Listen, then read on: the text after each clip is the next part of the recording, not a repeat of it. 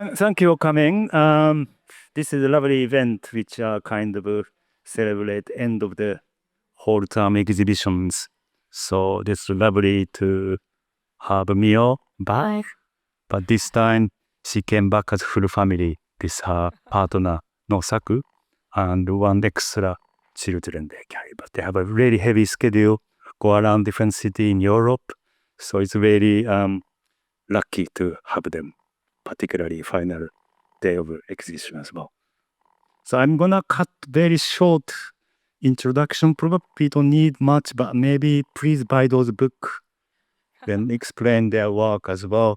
But I think the only thing I want to say is they are based in Tokyo. But actually, for our view, when Ingrid and I was kind of doing some sort of curatorial work and looking for some kind of architect who's actually represent kind of city, but where they practice, then we really like their transparency and how they work. Then I don't know if either it's right to call them architects because also they are kind of activists as well. So I think work attitude, the way they live, they will practice, they will reflect. It's actually quite encouraging. So I think it was last year I come across with their exhibition in Tokyo, and there was a lovely statement being written in their own Japanese language. But I thought it might be good to kickstart with this kind of a recital of this statement. And we had a perfect person to do that of the reading. It's the Kathy Tour, who had been serving as a president up to last week or week before. So it would be quite nice way to hear the voice again. And she would also recite along with Chris Winter. Yeah. So, yeah, it's okay. Yeah. Give your mic. Urban fungus, architecture as interwoven nets of multiple species. The city has begun to decay. Life depends on infrastructure and services, unable to mend itself. The ground is smothered by buildings and asphalt, suffocating. In dry soil, food does not grow, water is not cleansed. Every day, heaps of waste are cast away. The power to keep buildings and infrastructure pristine is waning. Yet, even past its expiration, the city's life persists. Now we must reclaim the wild, smell the air, listen to the rain, read the wind, feel the sun, so we may know, shape spaces of comfort, know tradition, learn craft, live here with the lightest touch. We see architecture as part of a vast interwoven net. Buildings are but fleeting nodes between resource and waste. In the city, waste too is material. Peel away asphalt and the soil becomes a place of production, of decay. Harness the sun's heat and cooking spills beyond the kitchen. Raise a building and it becomes a dwelling for other creatures. Thus, life entwines with the resources at hand, sun, soil, waste, and habitats of many kinds emerge. As fungi live within the mesh of decay and renewal, so too must we. Thank you so much.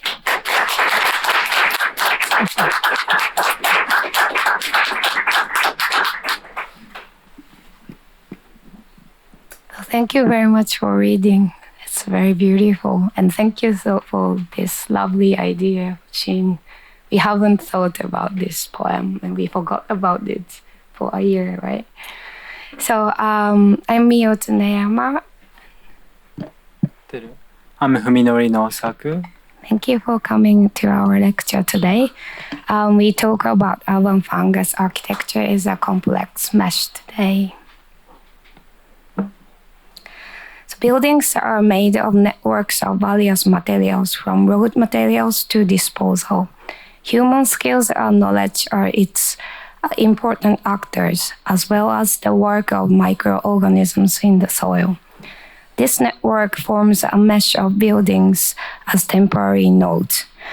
We view the architecture as a complex mesh. Just like a mushroom with its head above the ground has spread network of mycelium, its main body. However, industrialization has black boxed the network of materials. Architects can open up the black boxes, break down the barriers of institutions and conventions, and unravel the grid of forced alignment, and thereby reconnect the network into ecology of multispecies. This creates habitats of multispecies where human and non-human entangle. After World War II, population growth led to massive global urbanization. A side effect of this urbanization has been the ubiquity of a lifestyle defined by mass production, consumption, and disposal. Tokyo is no exception to this phenomenon, and it is known for its accelerated development. It is now started to deteriorate. Since 2004, Japan's population has started to decline, creating an increase in the number of the vacant houses throughout the city. The culture of scrap and build cannot be sustainable, thereby necessitating a change. Japan has now been moving towards the use of existing building stock in its architecture. Building is in heart of Tokyo function as tool of economic growth.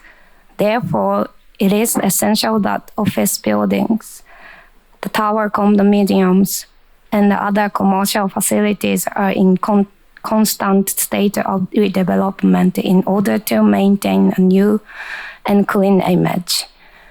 On the other hand, the perimeter of the city is a residential area with detached individual houses and small apartments. Due to Japan's declining population and increasing elderly demographic, this area is becoming depopulated and seems to decaying. In expired city, waste is converted into resources and used to make small update. The process of recycling begins, for example, from unoccupied buildings, old shops front, or neglecting gardens. Our architecture approach begins with resourcefulness. We aim to create livable spaces using what was once considered waste, decaying vacant houses, solar energy, and soil microorganisms. It is like how fungi grow on expired food as nutrient. Holes in the House is our home and studio. The original 4-story steel structure was 30 years old when we bought it. We moved it after making holes in each floor and dismantled interiors, and are refurbishing it stepwisely while living in. The house located in Nishi-Oi, where it only takes 5 minutes to the center by train, has not been redeveloped due to the complex topography on the edge of a plateau. Shinkansen and the local trains that cross the area generate loud sound.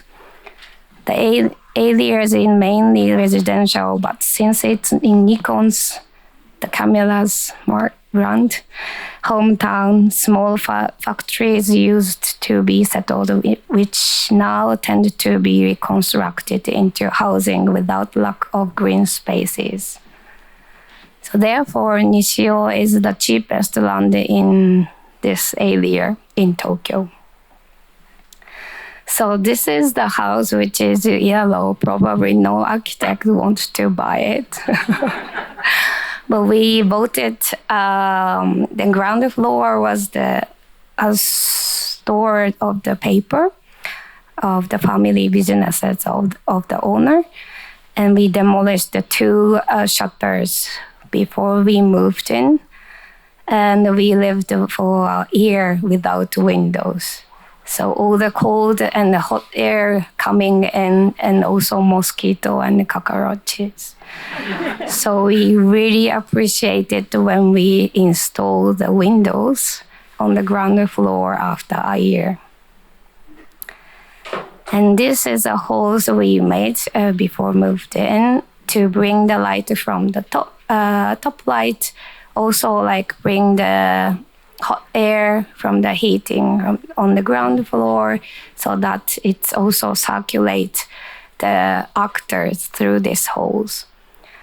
And this is like when we moved in, all the cables are hanging from the ceiling because of the demolition. And also locals to prevent the fire for the steel was exposed and falling down constantly when we opened the windows.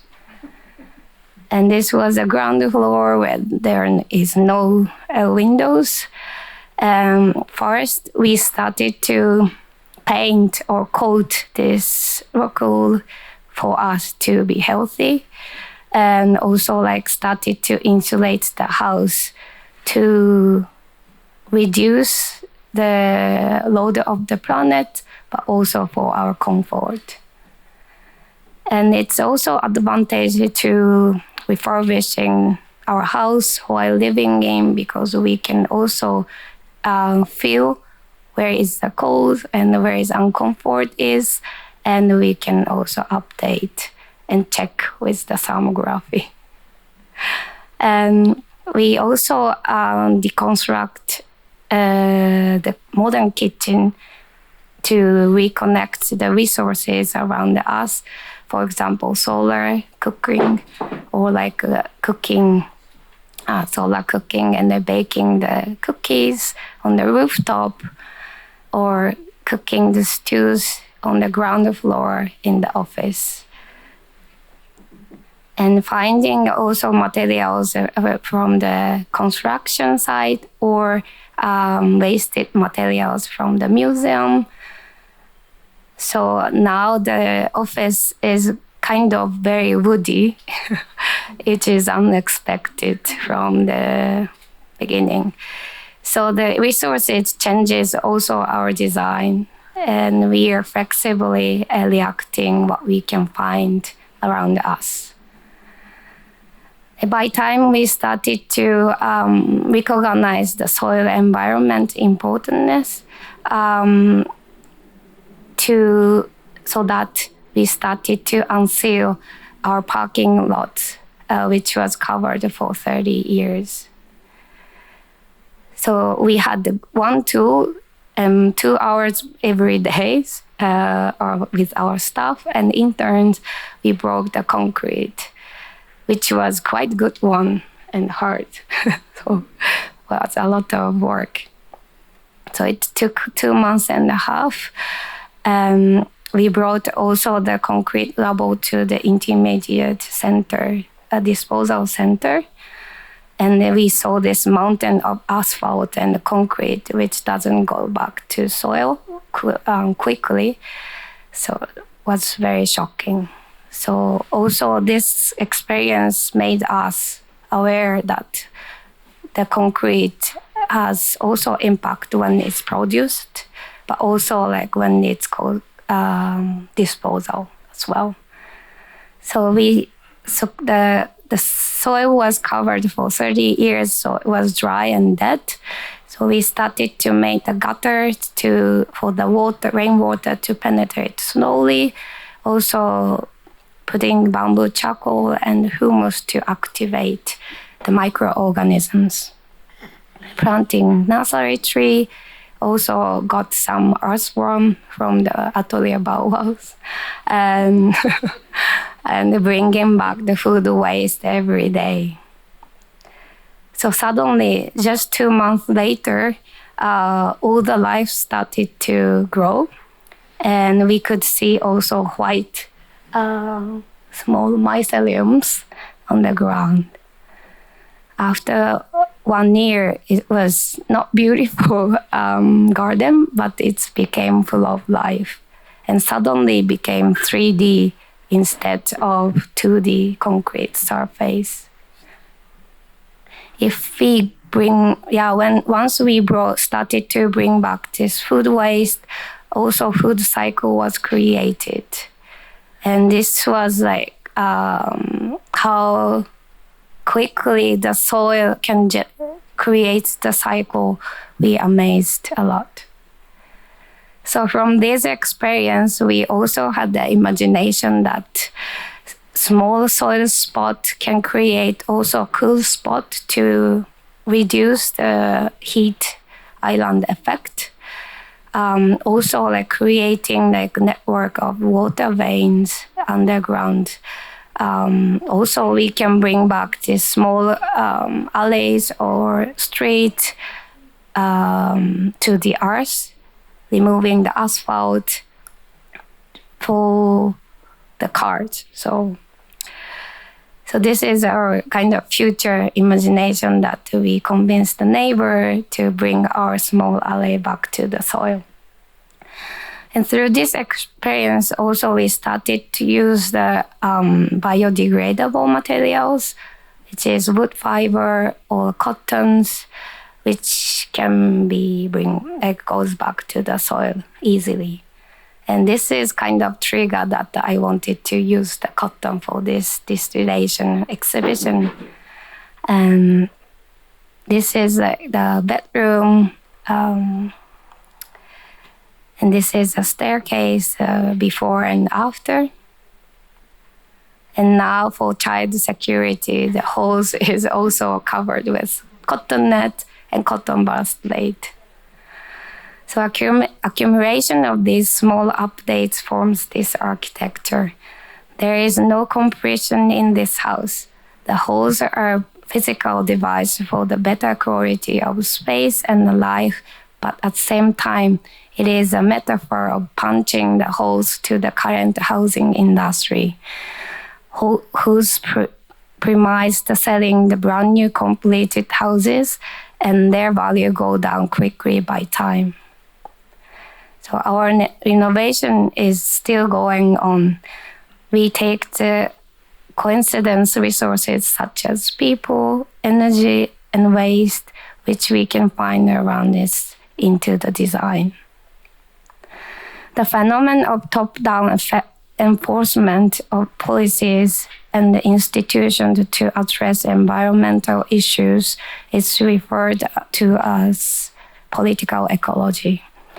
On the other hand, urban-wide ecology adopts a bricolage approach, making the best use of available resources.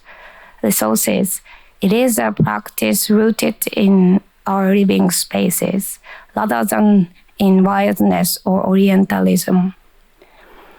Urban-wide ecology forces us to disconnected part of rather than transcend whole like deep ecology.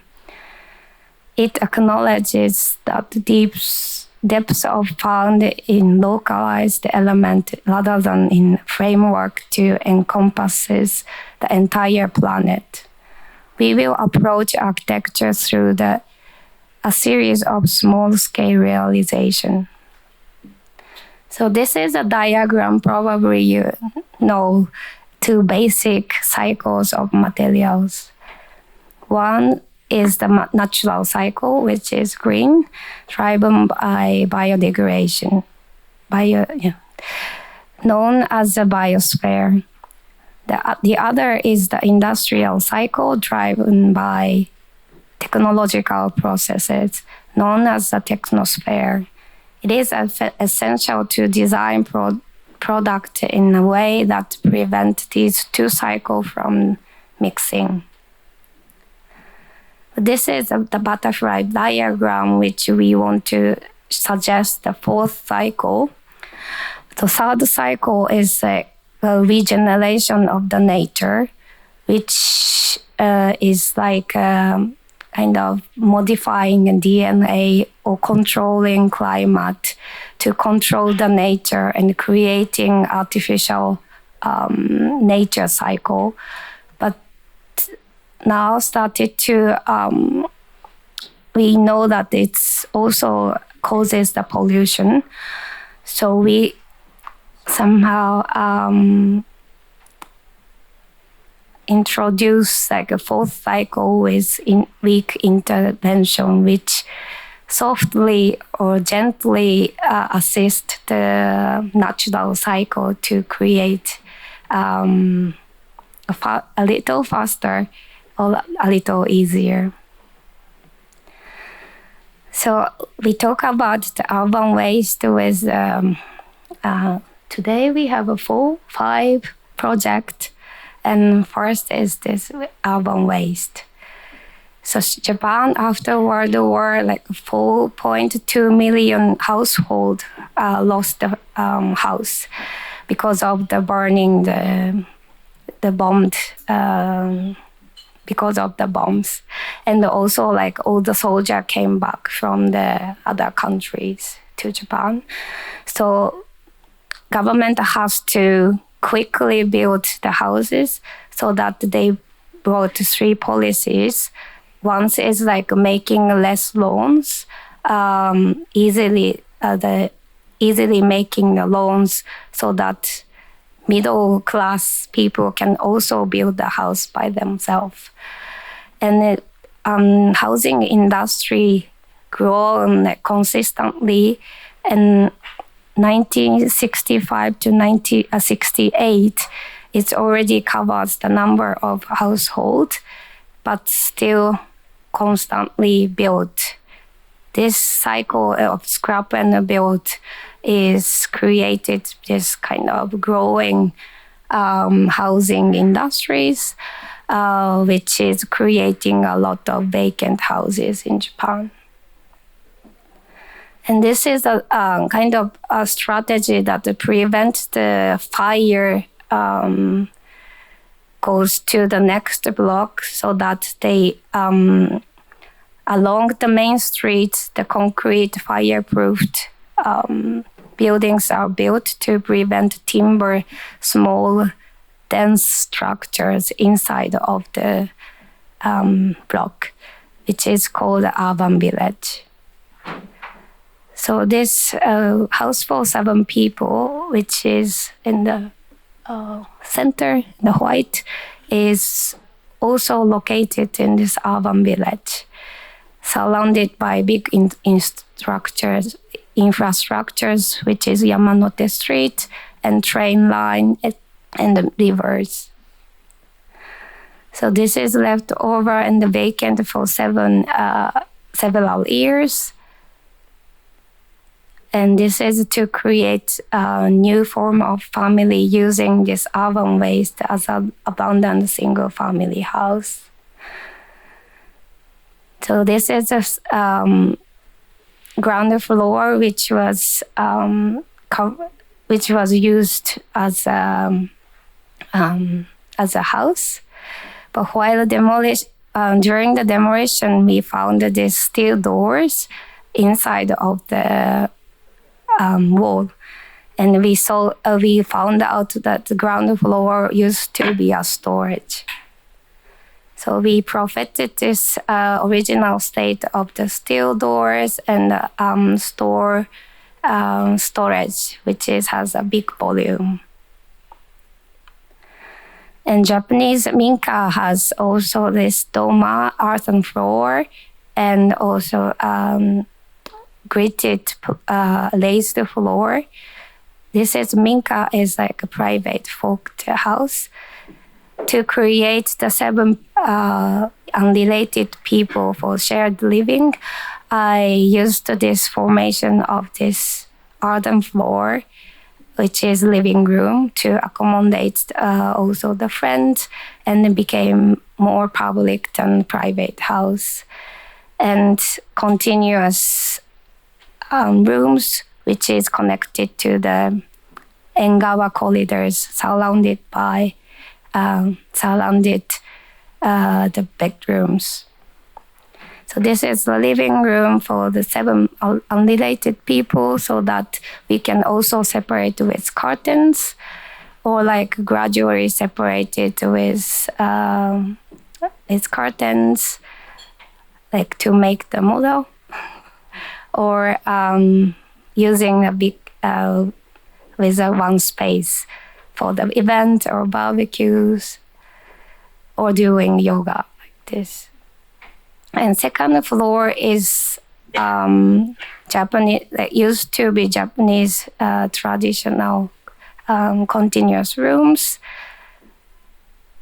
And this five rooms for the tenant, the backbone of the structure is installed to also reinforce the structure and also profit the height of the roof. And this Engawa continuous corridor is located on the facade, so that we don't need to modify any windows, which also can tell the history of the house, which used to be a bathroom window, toilet window, and kitchen window. So that also this kind of draw the attachment to the house for the tenant without saying anything. And also this Engawa corridor can be part of the private space, and the bright, and it's not, it's comfortable to meet people here because of the light and say hello shortly, even they are not family or friends. And there is the existing house has an unused balcony, so I covered with the tent to create like a little intimate space to be chatted with pyjama, while the ground floor living was very private. And it's also create some buffer from the city to the private rooms, but now it's more dominant with the laundries. Through the practice at Hozo in the house, we learn the importance of the subsoil environment. Soil is the base of life. However, it has been regarded as a nuisance to architecture and the cities. We began to seek architecture that coexists with soil. So beneath the ground, there is a hidden half-world that we cannot see. In this world, microorganisms and plant roots exchange information and nutrients, and trees communicate with each other in highly complex ways. It has become clear that various species not only compete, but also engage in symbiosis, living together. So traditional living environments consisted of houses with independent foundation and dry stone masonry, retaining walls, allowing rainwater to permeate into the soil and coexist with the subsoil environment. But today, most urban spaces are covered with concrete and asphalt, and rainwater is drained into communal ditches. Microorganisms are acidified and the soil is in an unhealthy state. For example, when looking at the foundation of wooden houses, the stone foundation was replaced by a concrete continuous footing and by solid slab foundation with improved moisture proofing and earthquake resistance. So carbonized pine piles are placed under the stone foundation to prevent subsidence. In healthy soil that is permeable permeable to fresh air and water. Mycelia entangle the porous surface of the piles, and the mycelia bind the soil to the piles. So, in the Akenorese floor house, we adopted an independent foundation to minimize disturbance to the mycelium and water veins in the soil. Akenorese floor house is situated in Yamanashi with Mount Fuji to the south. The site is enclosed terrace rice paddies and waterways. So an independent foundation is used to allow water and air to circulate through the soil. Instead of concrete, we proposed a foundation made of recyclable steel plates. So a high floor will keep the foundation dry. Even if there is termite damage, it can be inspected immediately. The choice of building material will also vary to return to the soil. In addition to building materials made from wood, natural stone, earthen walls, mycelium, straw, and hemp, we focused on straw bale construction. The straw bale house construction method originated in the United States in the 19th century. In areas where trees did not grow, people built their houses with the byproducts of grain. In Japan, where earthquakes occur, it is allowed to be built in combination with wooden structure.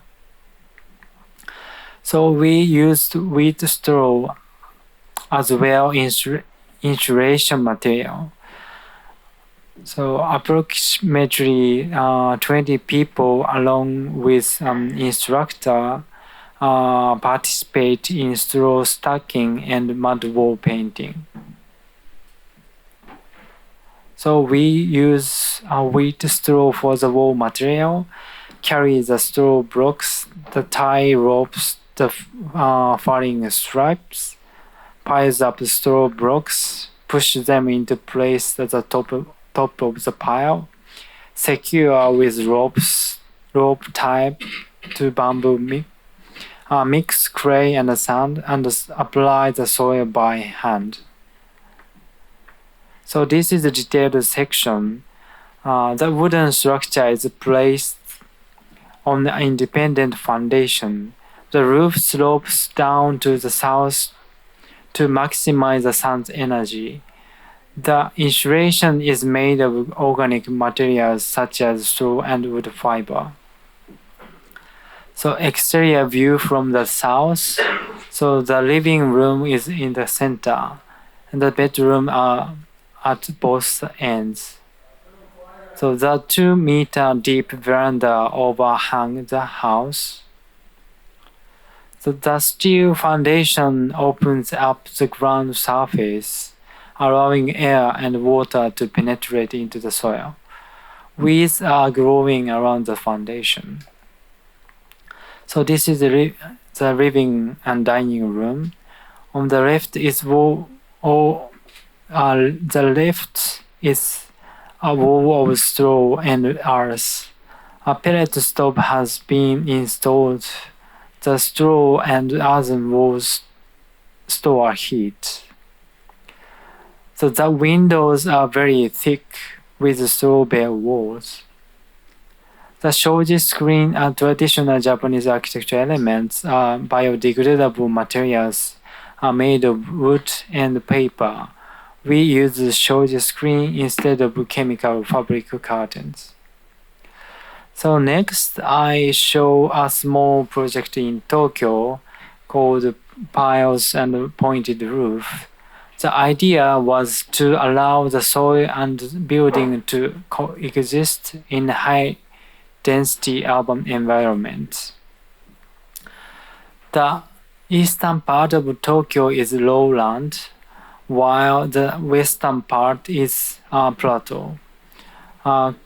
Commercial area like shopping streets are often located in valleys, where water collects and the ground is weaker. The Kanto loam layer formed by volcanic ash is weak, so large buildings in the Kanto loam layer formed from volcanic ash is so large building in Tokyo require reinforcement with pile. However, the most affordable option, concrete piles, are difficult to remove. Since they remain buried underground, they create challenges for future construction projects. So the base beams timber are supported by 8. So we apply the steel pipe piles, and it's 50 meters long. They have a screw at the end, which can be reversed to allow them to be pulled out during demolition in the future. This prevents the piles from remaining in the soil, which has become a problem in recent years. So first, return all the grounds on the site to the soil. A trench is dug where rain falls from the roof, and bamboo is then placed in the ground by placing dried leaves, branches, bamboo charcoal, and stones in the trenches. Rainwater can easily permeate into the soil, into the ground. So because of the high density of city, small soil surface accumulation can play a major role in improving urban soils. So next theme is traditional ecological knowledge. So in modern times, the use of concrete and plastic has become common, allowing for easy shaping and design. However, when using biodegradable materials, it's necessary to carefully consider how to protect the building's form from rain and humidity.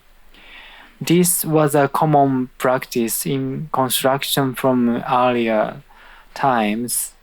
Modern architecture needs to learn from traditional ecological knowledge. So in the past, wooden houses were built by local carpenters and community members. Throughout the 20th century, regulation and industrialization transformed wooden house. After the Great Earthquake, the building standard law was revised, strengthened housing structures. Mass production of houses increased to accommodate post-war population growth. During the period of rapid economic growth, home builder emerged, and strict fire protection regulation were introduced due to urban densification. Thus, wooden houses have evolved into their current form through a complex process of industrialization. So there are two main types of construction method of wooden houses in Japan. The traditional construction method and the conventional construction method. So conventional construction methods are based on carpentry techniques that have been refined through industrialization to enable mass production. These methods use small section lumber, machine-dried lumber, and joinery hardware. They typically do not last long and are rebuilt after one generation. On the other hand, traditional construction methods are handcrafted by carpenters without the use of hardware. They use large sections of members and natural dried lumber, and they are built to last 100 years or more. So this is a tiny house that was built together with university students. So we designed and built under the guidance of traditional carpentry master. So we focused on stone foundations and traditional construction method that does not use concrete. Students burned pine stakes and placed the piles in the soil, filled them with gravel, and set the stone foundation. The traditional wooden construction methods are characterized by timber joinery without metal hardware and nuki joint structure system. The students marked the wood with ink, cut the joints by hands using saws, and carved the holes with a machine. The wooden frames was assembled under the guidance of the carpenters. Using traditional construction methods, the lower parts of the frames features a raised floor with a nuki joint structure. The upper parts consist of a triangle roof frame. So we tied wooden frame and bamboo lattice together with ropes, using square knots and carpenter's binding knot. So we thatch the roof using rice straw, a byproduct of rice production. The straw bundle are connected into a sheet to create toma, its straw mats. The process of making toma looks like agricultural work. It is telling that agriculture and architecture were integrated. The thatch mats are tied and secured with shiro rope to the bamboo lattice. Through the experience of rice straw thatching, we gained the understanding of how humans have built architecture with agriculture environments. So Gottfried Zemper stated the origin of enclosure lies in woven branches of plants. Archaeologist under Leroy Guram argued that human language and manual labor evolved together. Anthropologist Tim Ingold emphasized the importance of such embodied knowledge. So to make that roof, we need right tools for the work. Materials and tools are integrated. It requires different building technology than modern industry. A tool is collaborative entity that connects humans and matter. So this tiny house has a floor area of 4.5 tatami mats. A ladder from under the floor allows access to the interior. The attic, which is usually hidden, is used as a room. So we call this approach practical ethnography of architecture. While ethnography is documented through oral history and interviews, in the case of architecture, knowledge is embedded through building techniques and tools. Through practicing past methods, we acquire embodied knowledge. So we are organizing Satoyama School of Design (SSD) in the Kamanuma village of Chiba Prefecture, in collaborating with 4 university laboratories. Through urban-rural exchange, we engage in the conservation of fields while learning about the Satoyama ecosystem. SSD's activities include rice planting and harvesting, land cultivation, designing and constructing tiny houses, and forest restoration. So the characteristic of SSD includes thing-oriented design and collaborative construction. Thing-oriented design using Tsuneyama local resources takes into account material circulation. Collaborative construction carried out with students served as an experiment in a gift economy.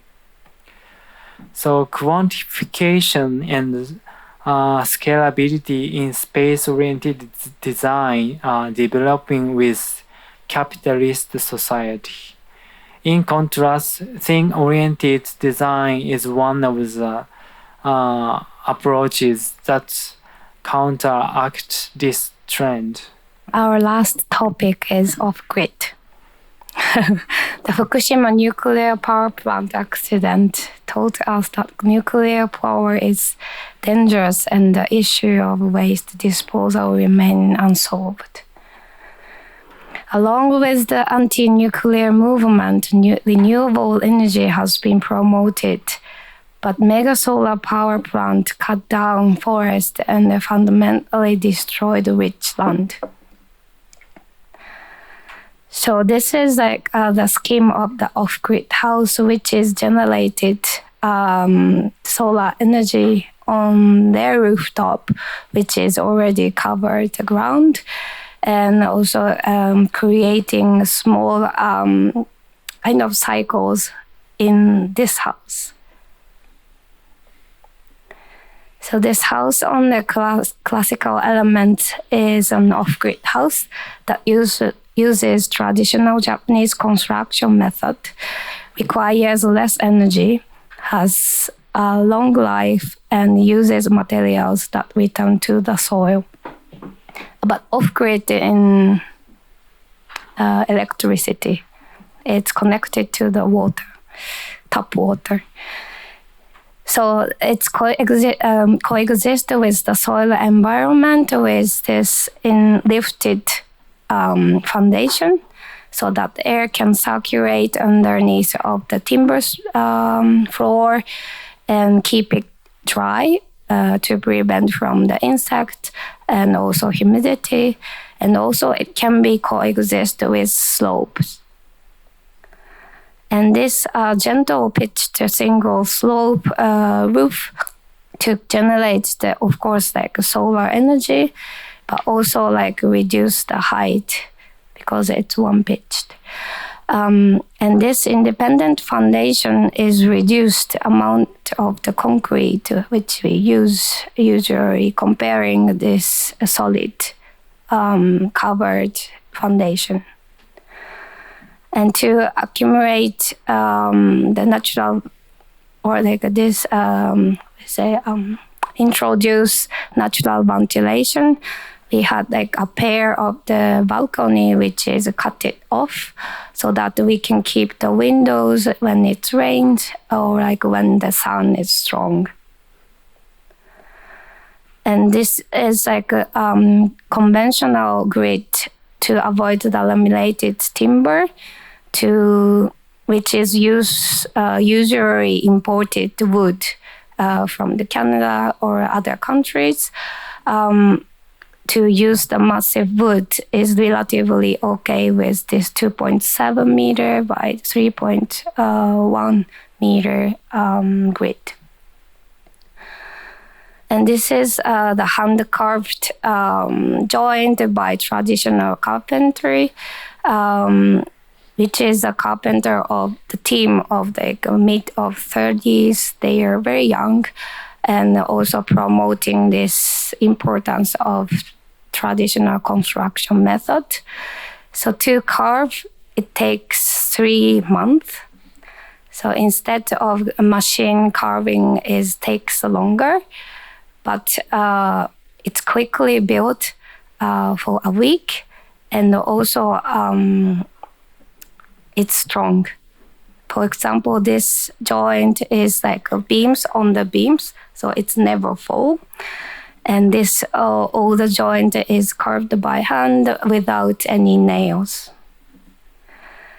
And to reduce the cost and also reduce the how we call it, load of the planet, or like CO2 emission, we use the local wood within these Kanto plateaus, directly connected to the forestry.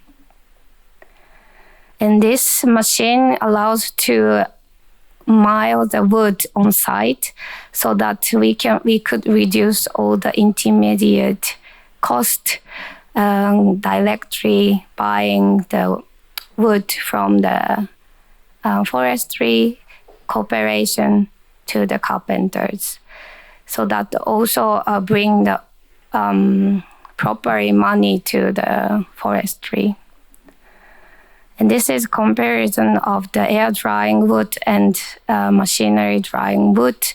Machinery drying wood is like killing the inside or cell of the wood, so that like when it's dried, it's stronger, but it's getting weak. But the air drying wood, it gets stronger when by time, because it gets more drier. And also kept the oil and the cell of the wood, which is, we can understand that living materials. And this is the shape of the foundation to reduce the amount of concrete. And we also wanted to make this house with high breathe and high insulating housing instead of high insulated and airtight material house. So insulation with cellulose fiber and the plaster breathing walls with wood shingles. This is a plaster, so that the wall can breathe to create the good air and also to keep the house longer. And this is the inside. You see the massive wood comparing conventional construction method. And also like the beams are sticking out to not fall. And all this, all these things, so we could reduce the CO2 emission, not only when it's operated, but also like when it's produced and also disposal. It got 2 Teslas, which is also critical. A big window for the passive, and also like covered with mostly Japanese cedar from local mountains. And we can see back the Mount Fuji through the behind of the sea, which also creates the Kanto Rome ground. So this is a drawing we drew recently to not only for the construction of the house, but also the soil environment and energy, and also how to live inside. So this is a drawing we showed at the beginning, which is showing also how to our idea of the network of urban fungus. So the scissors means cutting a network. It indicates a forceful cutting of a complex network. The grid means that the network is fixed and planned. It indicated to control a mesh that expands inexhaustively and can be squeezed in a system. The canalization means to collect and accelerate the network. It indicates the development, efficiency, and concentration of the distribution through the industrialization of the capitalist system. Barrier is a wall that stands in the way of interconnections. Legal system and the social system become barriers, creating between resources and the people. The hammer shows the action of the breaking down barriers. So this is our hand. The hand is reconnecting the network. It finds a broken mesh and reconnect them. This reconnection of the relationship between things is the practice of the architect.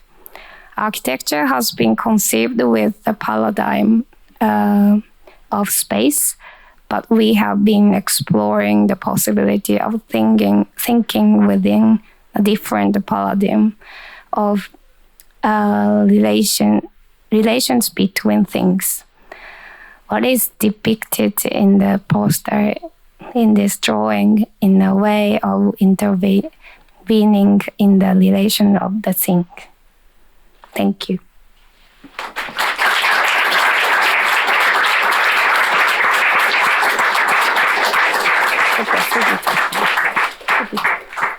Any questions? I think here. You are going to. I was going to do a nice sorry. closing for you, but I'm happy to field some questions for the people who are, I'm sure, very eager to ask. But do we have a first question? I really like how you describe this architecture as a complex mesh, not just environmentally, but also socially in your educational role with students. Could you speak more about that? I find that fascinating, and how that might contribute to this kind of culture of construction that you are touching on. Thanks. So environmental issue and the cultural issue is, I think it's deeply connected, because the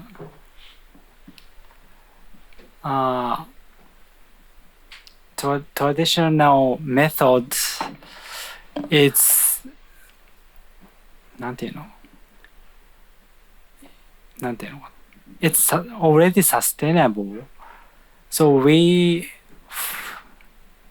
often forget these old methods. So we have to dig this kind of embodied knowledge. So we call traditional ecological knowledge. So, and also it's just personal opinion. I like architecture very much, but how to say, sometimes I don't like contemporary architecture. When I stay old temples, the shrines, I always feel much better than contemporary buildings. That's the main, the core of the creating the architecture. Yes. Yeah, I think this is also interesting. When I was drawing the Nomad Kasuri Horizons, our exhibition in the next room, drawing how this network can create this exhibition. And like most of the knowledge was hidden by people, because also like it's oral history, but also like they hide it, this skills and knowledge to how to create the kasuri cotton, because it was kind of symbol of poor when it modernization came. So like they didn't want to keep it, and also they didn't want to talk about it. So this was like most of the time I was how to create this network was kind of digging this into deep. And I fascinated this like knowledge and the skills also was very hidden. Is very, very like it's worth to dig again to create our I don't want to be say sustainable, but this creator of the cycle, how to create the cycle.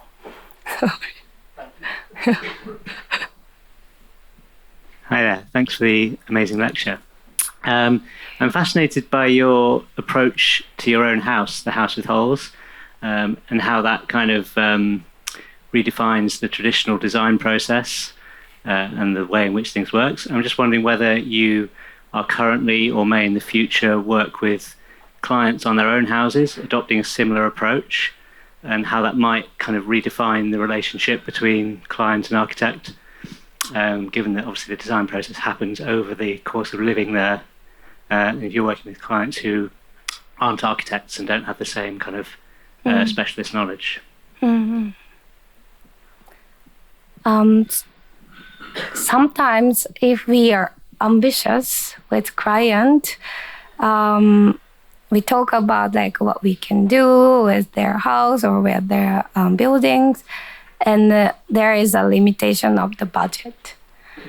And sometimes like a limitation of the budget helps us to, or helps the client to become more wild, because we can talk, we can build by ourselves.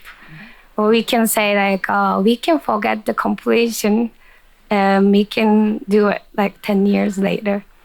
So this is like how we kind of like communicate with them, so that, it's kind of positive gesture. It can be negative, but positive gesture to kind of change their mindset that they want to have like a completed set. Hi, thanks for the talk. Very inspiring. I was also very impressed by how you renovate your home. It reminds me a lot of a docu series, also called Home, like where architects just talk about how they build or change their homes. And but in general, I get a sense of very like organic gentleness in your approach, like how we can start with just the small soil patches in the city, just to make it a better place step by step. And that just got me thinking of like how we're living in an era of very drastic changes sometimes, and like with accelerating climate change, for example. So I'm just wondering how you see yourself, how you see your very kind of gentle approach in this backdrop, like where all the changes happening might call for like sometimes more of a radical approach. It's probably a bit philosophical, but I'm just interested in how you see yourself, how you see your gentleness, more gradual approach in today's world, if that makes sense. Yeah, sure. A brand new city とかの話したい。Yes. Oh, of course, we are living in the modern city, and also we are not, Stone Age people. So the coexisting is, I enjoy, and also I think good that also there, this acceleration, the development has probably more kind of regulations that to be more kind of sustainable. But I think this small update has to be more organic or like flexible, because each state has a different, also like client has a different conditions, different wishes. And this field, we call it expired city, has more experimental field, so that we can challenge, because it has low risk. So this probably sometimes when it works, this brand new cities people copies. It's, for example, like share the house I showed you, house for 7 people. It initially started with this expired city, but now like all the redevelopment copies as a shared house, like a huge complex. So I think this two contrast is probably we have to accept and like respect each other, but also how we can be critical to each other. Thank you for your presentation. I find it really interesting how you lived in your place and then for a long time to kind of build, and then like I can see the duration of the way you build and then how rooted you are with your project.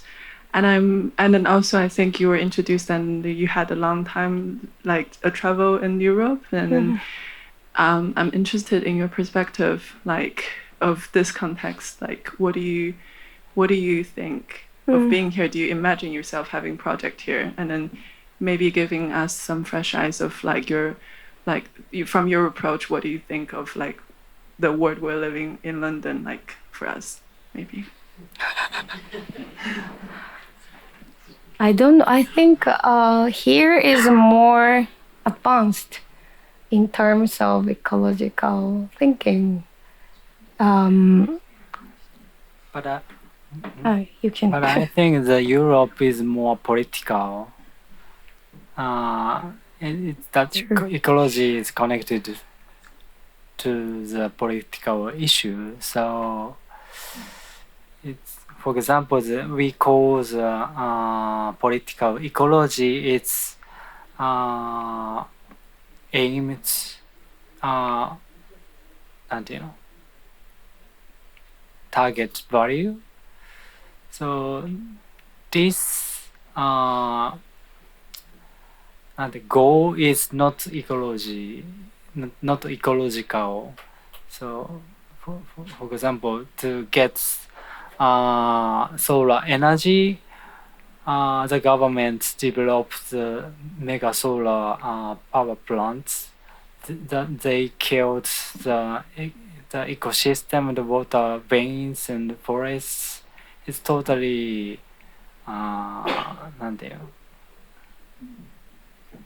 destruction of the environment. So greenwashing. Yeah. So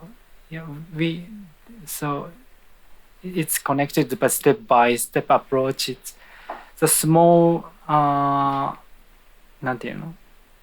so big development of the strong center is very dangerous.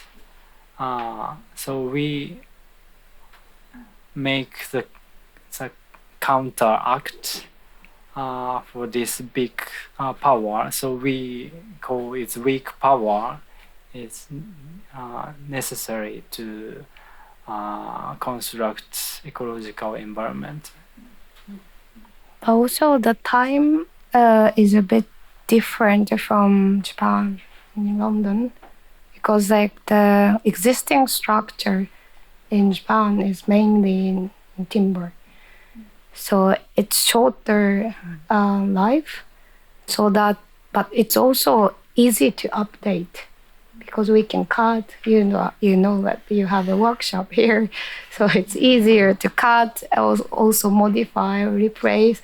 Also, you can dismantle and ship to London to build the folklore house. We were in Kew Garden 2 days ago. So it's easy and light, right? But London is like based on this brick structures, and then now probably most of the structure is concrete. So I think how to approach to the structure is very different. The structure is probably very clear, different from the furniture, for example. But in Japan, like we can like circulate with this structure and also furniture together because it's both timber. So I think it's probably it's more contrasted, like what the skeleton is and what the furniture is. And probably this mindset is helps to kind of think the material cycles probably a little bit easier to distinguish and plan probably initially how to dismantle when it's built, because timber is like more freer, so we can't really control. But like strong structure can be more designed how to dismantle after probably 100 years. This is probably difference between two cities.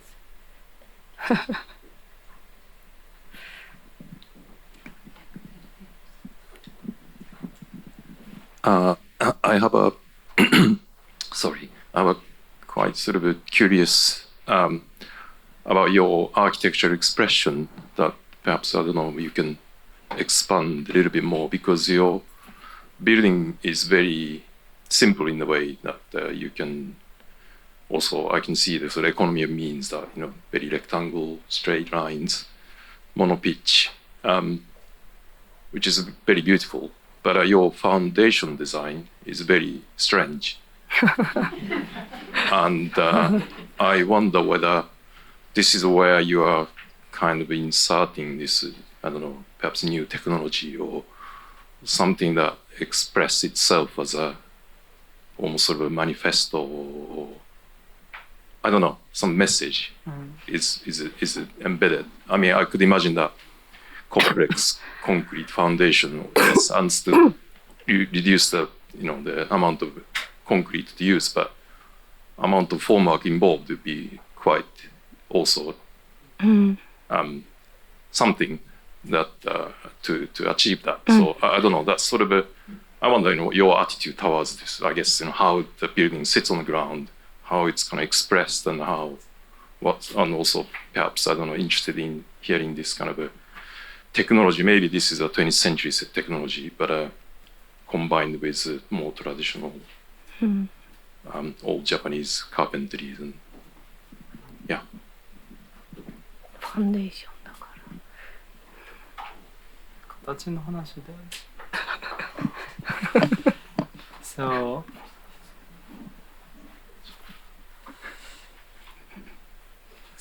we have some principle of making forms.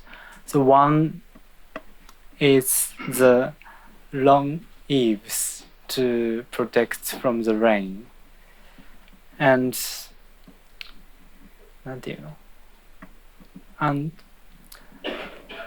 second is the not free form, it's conventional form we use, because なんていうのかな、主体性でthe subjectivity of architects is always very strong in the architecture works, but I don't like this kind of how to say, it's a strong gesture of architects. So we just straight, it's very banal, it's normal,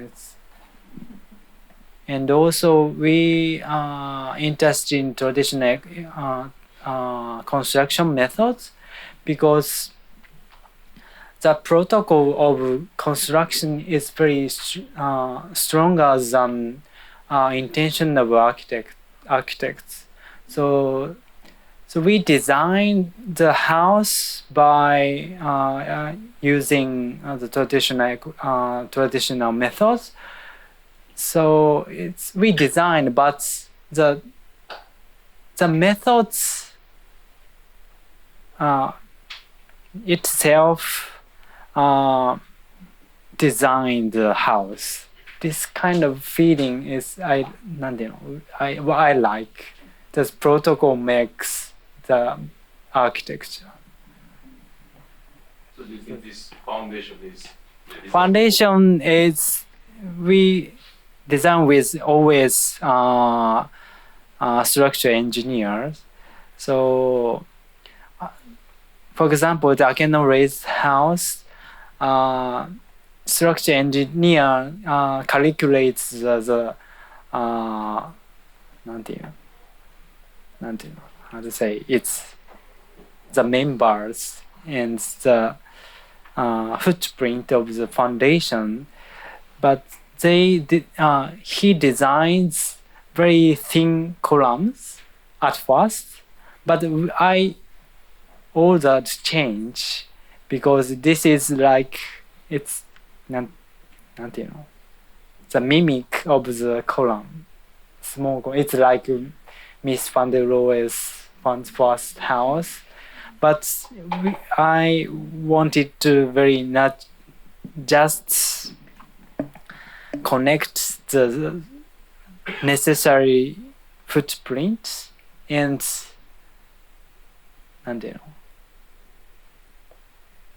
just connect the footprint and the joints. That's why it's triangle shaped occurs. So I think we like the form. But this is not from our mind, but it's kind of translation of gravity and the charges or other requirement to protect the house from the rain. So it's like naturally behaved. It's kind of translating this characteristic of the materials and also gravity and weather and also aims. And of course, we think that we're thinking the foundation is a chance to change the form of architecture. And of course, this kind of 45 degrees of other foundations is, of course, we referred also secretly Kazuo Shinohara's pillars. But of course, this is like reducing, like how we say, like efficient way of reducing concrete as well. I think I'm going to have to wrap up, but and be very selfish and still the last few minutes. It's so nice to have you back. Thank you. And I have so many comments because I think, first of all, you tell a beautiful story through your work. And to me, this is also, the tail end of a beautiful story that culminated in the exhibition, which is coming to its end. Many, it feels like years ago now, I first met Mio at the ETH at a jury, and there was a conversation around really the reuse of existing houses in Tom Emerson's studio. And there was both that story of the home and the person and the previous inhabitant, and then the very serious project of trying to make something new. And it coincides, your own work, and it coincides with the exhibition that we've had over the past few months, which is a 30-year-old story of international collaboration and listening to others and understanding a set of objectives that in what seem like small ways make big differences. And this has been, I've had an incredible day. I started the day with a conversation with some German architects who are really leading the fight for housing reuse in Europe. An extraordinary story around ecology and the questions of big policymakers and where the real hope for ecological change could be. Somewhere in the middle of the day, I had a wonderful conversation around the housing crisis. And then I finished off just before this with a conversation with a food anthropologist who is looking at land.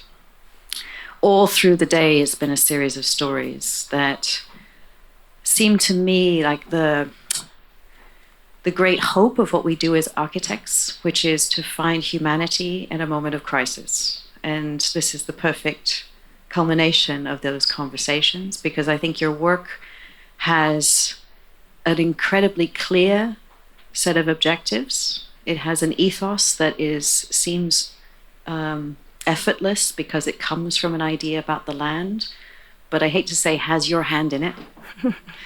And I think that at a moment and coming out of perhaps many hundreds of years where we solve our problems through big things, through infrastructures, through mass housing, maybe with a very volatile political climate, it's the integrity of collective small gestures that has a longevity that we might miss at a moment of radical change and political instability.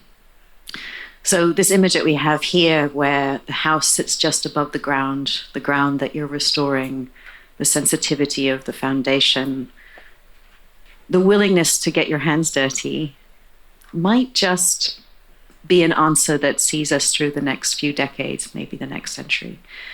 It's been such a pleasure to have you, and I think I can't go without saying, as a woman, to have you here with also your children and your partner means a lot. It's a different way of practicing. It, in its small way, brings humanity to the world and to a challenging profession. So thank you for tonight and for the last year, I think, of working together. So thank you so much.